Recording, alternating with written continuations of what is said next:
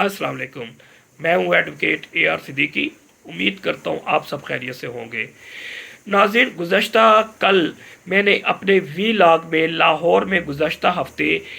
यके बाद दीगरे दो जो custodial torture, rape and murder जो इंसिडेंट पेश आए which took place in police station Ghaziabad on 4th of August and then later on 7th of August in police station township where two girls were murdered, namely Amna and Anmol। उस हवाले से अपने facts जो मैंने collect किए वो बात की और फिर लीगल एनालिसिस पेश किए थे। और आज के वीलॉग में the murder incident which took place in Karachi, namely Mir Raza Hasan case, जो कि इब्तिदाई में चंद दिनों में सामने नहीं आया, लेकिन 2-4 दिनों में ये इंतहाई वायरल केस है। और हर शख्स इस केस को, जो कि चाहे वो जर्नलिस्ट हैं या फिर लीगल एनालिस्ट है, वो पेश कर रहे हैं अपने अपने पॉइंट ऑफ व्यू को। कुछ लोग जो है इसको इंतहाई अफसानवी या फिर उस पर सस्पेंस क्रिएट करने की कोशिश कर रहे हैं, और कुछ लोग इस केस को जो है शर्जील मेमन के जो बेटे रावल शर्जील मेमन है उस तक एट्रीब्यूट करने की कोशिश कर रहे हैं। और जो मैंने इसको रिसर्च किया उस हवाले से आज मैं वीलॉग अपना पेश करूंगा कि फैक्ट्स क्या हैं, और आखिर में कानूनी तज्ज़िया भी पेश करूंगा। और नाज़रीन, यहाँ पर आपसे रिक्वेस्ट करूंगा कि आप मेरे चैनल्स को लाइक करें, सब्सक्राइब करें, बेल आइकन को ज़रूर प्रेस करें, और अगर ये इन्फॉर्मेटिव लगे तो दूसरों में ज़रूर शेयर कीजिएगा, क्योंकि इन्फॉर्मेशन शेयर करना भी सदका जारिया है। तो नाज़रीन, मुख्तसर ये कि ये मीर रज़ा हसन जो मैंने फैक्ट्स कलेक्ट किए हैं, ये 24-25 साल कराची का नौजवान था, जिसका बैकग्राउंड कोई बहुत रिच या कारोबारी फैमिली से इसका ताल्लुक़ नहीं था, लेकिन ये एक पढ़ा लिखा और एम्बिशियस नौजवान था, जिसने एक ठेले से काम शुरू किया, एक दुकान लगाई, और फिर इसको बढ़ाते हुए 4 कार्ट जो है वो मुख्तलिफ कराची के एरियाज़ में उसने इस्टेब्लिश किए, जहाँ से एक अच्छी अमाउंट कमानी शुरू कर दी। और फिर मैंने जो इन्फॉर्मेशन कलेक्ट की कि ये अपार्ट फ्रॉम दिस प्रोफेशन ये इन्वॉल्व हो गया डिजिटल करेंसी में।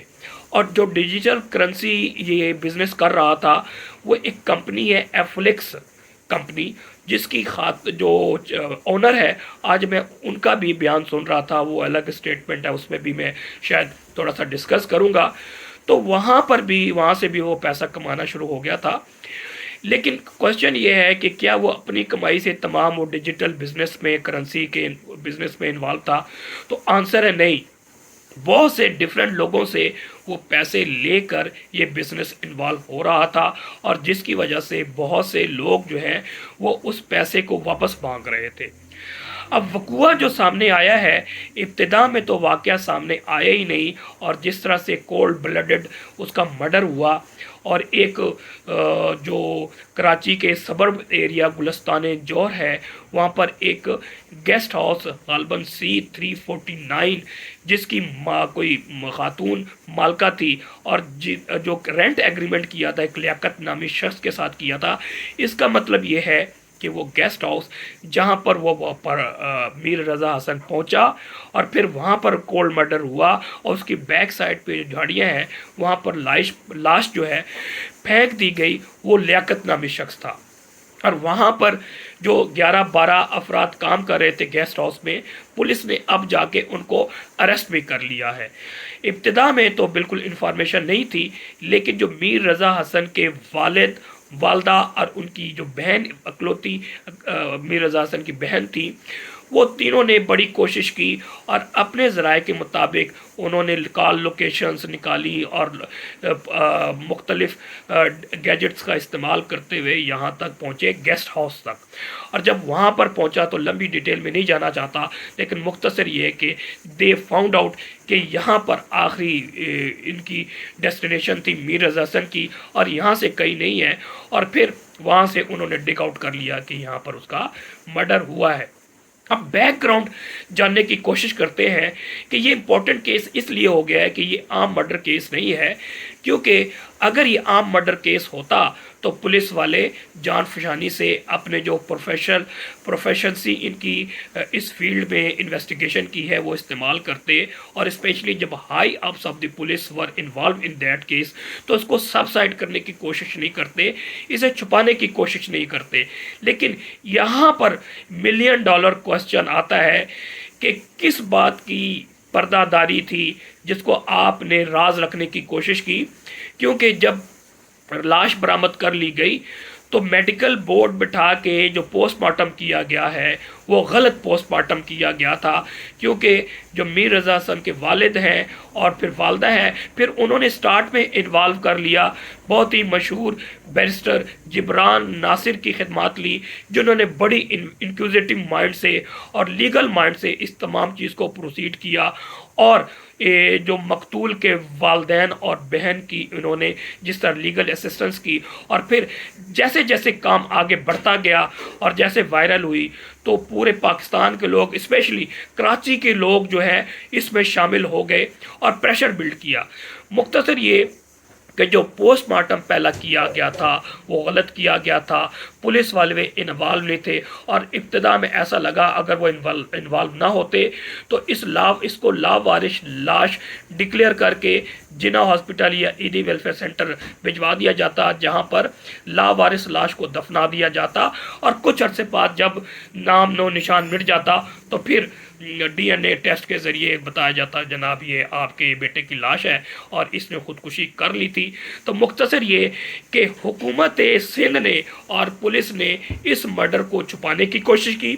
اور سیکنڈ یہ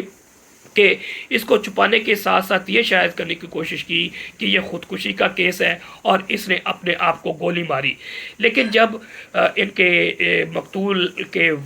والدین اور جبران ناصر اس پہ انوالو ہوئے اور سول جو سوسائٹی ہے اس میں انوالو ہوئی تو انہوں نے ایگزیومیشن کی درخواست دی لاش کی، اور پھر میڈیکل نئے بورڈ بٹھانے کی درخواست کی، اور وہاں پر بھی انہوں نے جو سندھ پولیس ہے اور حکومت سندھ ہے اس میں انہوں نے انوالو ہو کے کوشش کی کہ ان کی تمام ایفرٹس جو لیجیٹمیٹ ایفرٹس ہے اس کو کامیاب نہ ہونے دیا جائے۔ سندھ میں جو کراچی کی سرجن جنرل ہیں ان کا نام ڈاکٹر سمیہ سید ہیں، جو کہ آنیسٹ ہیں اور اپنی انٹیگریٹی کے حوالے سے بہت مشہور ہیں۔ مختصر یہ کہ ان کی ٹویٹ سے بھی پتہ لگ رہا تھا کہ انہوں نے کہا کہ 4 سال میں اتنی زیادہ میں ہر مرڈر کیس میں کہیں نہ کہیں پریشر آتا ہے، لیکن جس طرح سے اس کیس میں مجھے سامنا کرنا پڑا مخالفت کا، اور وہ انتہائی تکلیف دہ تھی، اور انہوں نے جو ورڈ لکھا وہ لکھا ایس فیکسیٹنگ، جس کا مطلب تھا اٹ واز ٹائرسم اور فٹیگ، اتنی زیادہ تھی، تھکا دینے والا کام تھا۔ مختصر ان پہ بھی پریشر ڈالا گیا، اور راتوں رات جب میڈیکل بورڈ بن گیا ان کے پریشر سے، جبران ناصر اور ان کے مقتول کے ورثہ سے، راتوں رات کراچی سے ہٹ کے جام شورو اور حیدرآباد کے لوگوں کو، ڈاکٹرز کو انوالو کر کے نیا میڈیکل بورڈ بنانے کی کوشش کی گئی، نوٹیفیکیشن میں نکالا گیا، لیکن hats off to Jibran Nasir and the parents of deceased Mir Raza Ali کہ وہ انہوں نے کامیاب ہونے نہیں دیا، اور پھر ڈاکٹر سمیہ نے جو میڈیکل پوسٹ مارٹم پیش کیا تو جو ان کے تمام خدشات تھے جو نظر آ رہے تھے وہ سامنے ثابت ہوئے، سچ ثابت ہوئے، اور اس سے معلوم ہوا کہ جناب اس میر رضا علی کو کولڈ بلڈڈ مرڈر کیا گیا، اور ان کو وہاں پر بلایا گیا اور ان پر تشدد کیا گیا، چہرے پہ انتہائی زیادہ تشدد کے نشانات تھے، اور ان کی باڈی کو اور چہرے کو اسپیشل ڈی کمپوز کر دیا گیا تھا تاکہ اس کی لاش کو کوئی پہچان نہ سکے۔ ان کے منہ کے اندر جو ہے بلڈ اور ڈیفرنٹ کیمیکلز موجود تھے جو گلے تک موجود تھا، پھر ان کی جو ہے دانت کے حصے کو نقصان پہنچایا گیا تھا، گلے تک خراب کیا گیا تھا، پھر ہیڈ انجریز موجود تھی، کان پہ انجریز تھی، اور باڈیز پہ ڈیفرنٹ انجریز تھی، اور اس پوسٹ مارٹم سے پتہ لگا کہ سامنے سے گولی اس نے نہیں ماری بلکہ پیچھے سے کسی نے گولی ماری، اور پھر گولی جو ہے 2 پسلیوں کو चीरते हुए उनके दिल को नुकसान पहुंचाते हुए सीने से बाहर निकल आया। तो इन तमाम चीज़ों से अंदाज़ा हुआ कि इनका कोल्ड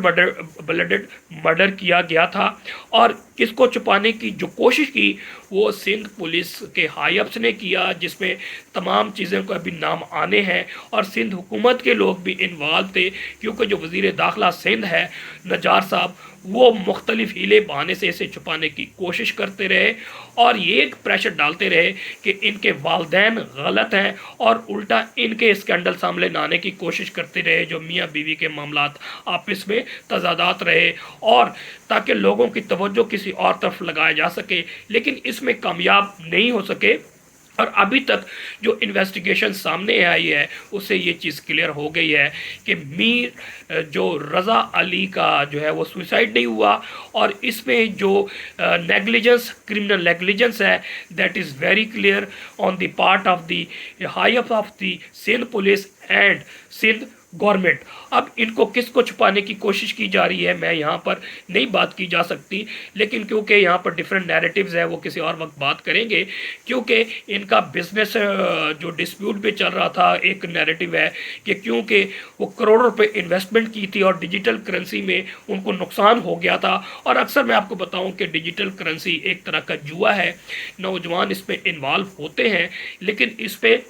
वो जिस तरह कहा जाता है ना कि जुआ किसी का ना हुआ, तो डिजिटल करेंसी में लोग बेशुमार पैसे हारे हैं, नुकसान हुआ है। अब जब वापस करने की बारी आई वो वापस नहीं कर सके, तो उनके प्रेशर है, क्योंकि उससे पहले ये भी फैक्ट सामने आया है कि वो अपने मोबाइल के तमाम डाटा क्लियर कर चुके थे और उनको इन चीज़ों का मालूम इल्म था कि वो जहाँ पर जा रहे हैं वो ख़तरे से खाली नहीं है, और जहाँ पर गए हैं ऐसा ये भी इल्म मालूम होता है तमाम फैक्चुअल चीज़ों को सामने लाते हुए कि पहले भी वहाँ पर जाते रहे हैं और एक नहीं कई लोगों से नेगोशिएशन चलती रही है। तो मुख्तसर ये कि ये इंतहाई अहम केस बन चुका है और ये किसी इंडिविजुअल का केस नहीं है, ये एक पब्लिक केस है। और इसमें जिब्रान नासिर जिस तरह से विजिलेंट है, कराची के शहरी भी विजिलेंट नज़र आते हैं, तो आप लोगों से इल्तमास कराची के शहरियों के से है कि इसको आप प्रेशर बिल्ड किए रखें, और जब तक फैक्ट सामने ना आ सके कि पसे पर्दा कौन कौन लोग इस मर्डर में इन्वॉल्व थे, इसके अलावा असल वजह क्या थी मर्डर की, और इसमें गलतियां किन किन अफराद की है, वो तमाम को सामने लाने के लिए आप लोगों को यूनिफिकेशन की ज़रूरत है, यूनिटी की ज़रूरत है। और मैं देख रहा हूँ कि कराची के ना सिर्फ आम तबका बल्कि ताजिर तबका, इसके अलावा फ़नकार तबका भी इसमें इन्वॉल्व होता हुआ नज़र आता है। तो हम सारे पाकिस्तानी इसको एक इंडिविजुअल केस नहीं बल्कि इसे एक पब्लिक केस समझ के देखें, तो इंशाल्लाह जो प्रेशर बिल्ड करेंगे हाई अप्स के लिए या पावर वालों के लिए जो पावर एंड पल्स रखते हैं, तो उम्मीद है कि ये जो खून है नाहक रायगा नहीं जाएगा, और जो असल जिम्मेदारान है वो सामने भी आएंगे और उनको इंशाल्लाह करार वाकई सज़ा भी मिलेगी। नेक्स्ट व्लॉग तक के लिए इजाज़त दें। अल्लाह हाफिज़।